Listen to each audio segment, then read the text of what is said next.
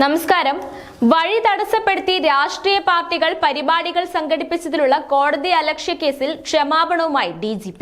കോടതി അലക്ഷ്യ കേസിൽ ഹൈക്കോടതി ഡിവിഷൻ ബെഞ്ചിന് മുന്നിൽ നൽകിയ സത്യവാങ്മൂലത്തിലാണ് സംസ്ഥാന പോലീസ് മേധാവി നിരുപാധികം മാപ്പ് അപേക്ഷിച്ചത്.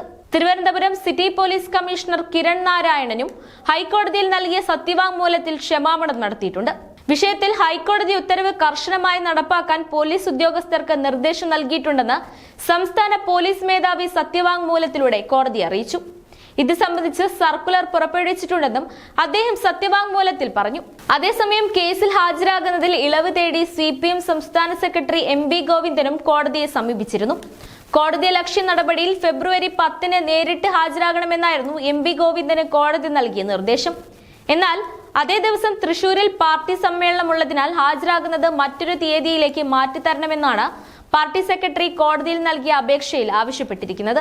തിരുവനന്തപുരം വഞ്ചിയൂരിൽ റോഡ് തടസ്സപ്പെടുത്തി CPM സമ്മേളനവേദി നിർമ്മിച്ച സംഭവത്തിൽ ഉൾപ്പെടെയാണ് ഹൈക്കോടതി കോടതിയലക്ഷ്യത്തിന് കേസെടുത്തിരുന്നത്. വഴി തടസ്സപ്പെടുത്തി പാർട്ടിക്കാർ പരിപാടി നടത്തിയാൽ ഹൈക്കോടതി രൂക്ഷ വിമർശനം ഉന്നയിക്കുകയും ചെയ്തിരുന്നു.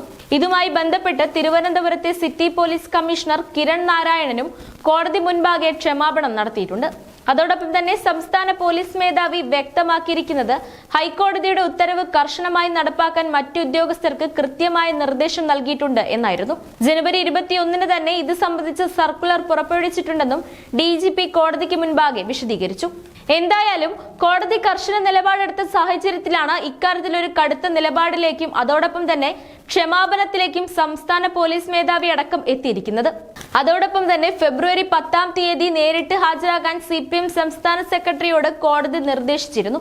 ഇതിലൊരു ഇളവ് വേണമെന്ന് MB ഗോവിന്ദൻ ആവശ്യപ്പെട്ടിരിക്കുകയും ചെയ്തു. എന്തായാലും ഇക്കാര്യത്തിൽ ഹൈക്കോടതി കടുത്ത നിലപാട് തുടക്കം മുതൽ സ്വീകരിച്ചിട്ടുണ്ട്.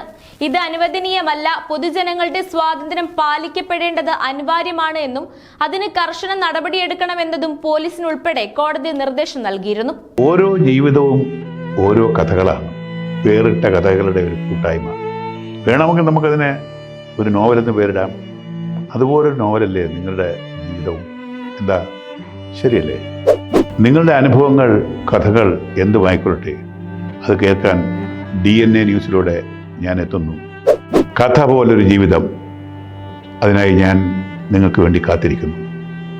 നമുക്ക് ഒന്നിച്ച് കാണാം, കുറേ കാര്യങ്ങൾ സംസാരിക്കാം, വേദനകൾ പങ്കിടാം. നിങ്ങളുടെ വിഷയങ്ങൾ, അനുഭവങ്ങൾ അത് ഞങ്ങളെ അറിയിക്കേണ്ട വിലാസം താഴെ കൊടുക്കുന്നു.